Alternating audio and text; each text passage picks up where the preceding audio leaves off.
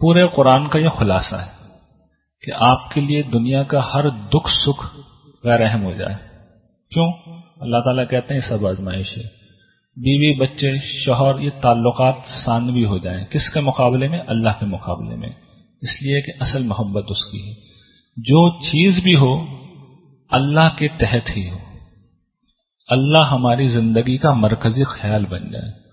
اس کی محبت اسے راضی کرنا. اور پہلی اس میں شرط کیا ہے؟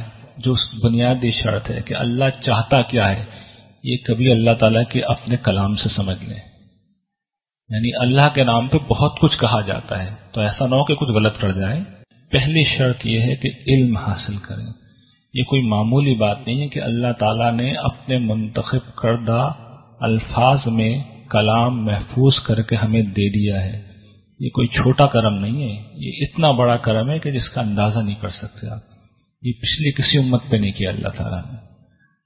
لکھے ہوئے الفاظ ہمارے پاس موجود ہیں، ہم ان کو بھی سیکھنے کے لیے تیار نہیں ہیں. اس کو اپنا مسئلہ بنائیے.